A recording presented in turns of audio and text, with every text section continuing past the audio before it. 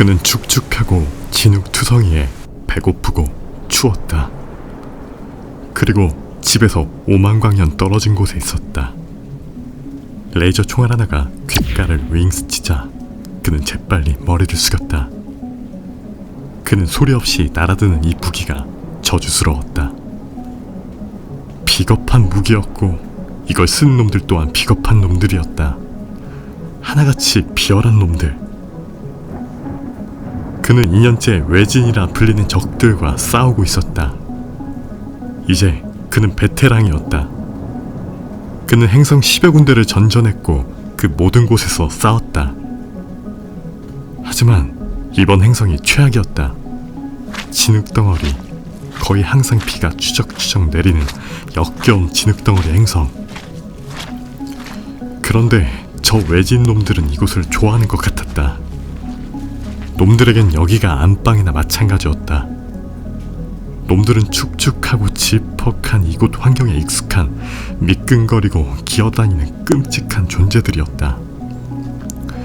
그는 놈들이 죽도록 미웠다. 맙소사, 정말이지 뼛속까지 중후스러웠다. 저 헬멧과 우주복 안에 가려진 놈들의 맨 얼굴은 과연 어떻게 생겼을까? 어쩌면 헬멧과 우주복을 벗은 놈을 본 적이 단 한 번도 없었으니까. 듣자 하니 놈들은 흉측하고 끔찍하게 못생겼으며 인간의 형태와는 섬뜩할 정도로 다를 거라고들 했다. 레이저 총알이 또 한 발 스쳐 지나갔다.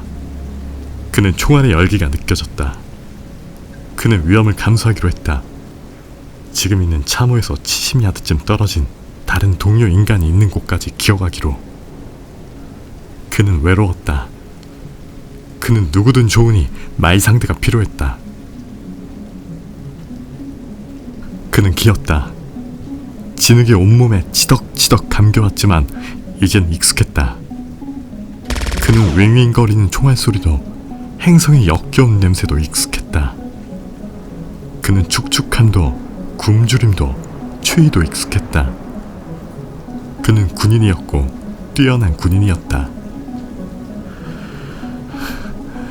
마침내 다른 참호에 도착했다. 이 밤에 괜찮아. 맥은 죽어있었다. 레이저 총알이 정확하게 그의 이마 한가운데를 관통했다. 그는 진흙 속에 쓰러져 있었다. 순간 걷잡을 수 없는 분노가 치밀어 올랐다.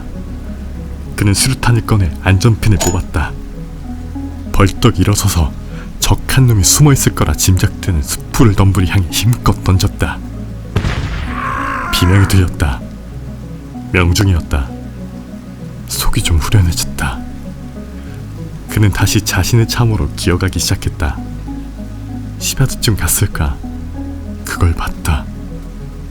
놈들 중 하나였다. 살아서 그를 향해 기어오고 있었다. 그는 납작 엎드렸다. 심장이 미친 듯이 뛰었다. 그는 레이저 총을 겨눴다. 살아서 이렇게 가까이 보는 건 처음이었다. 어쩌면 포로로 잡을 수 있을지도 모른다. 그는 녀석이 더 가까이 오도록 내버려뒀다. 이제 희미한 빛 속에서도 놈의 모습이 선명하게 보였다. 녀석은 수류탄의 폭발 때문에 고통스럽게 몸부리치고 있었다. 그는 승리감에 휩싸였다. 바로 그때 놈의 헬멧과 우주복이 폭발 충격으로 벗겨져 나간 것이 보였다. 놈의 맨 얼굴을 보았다.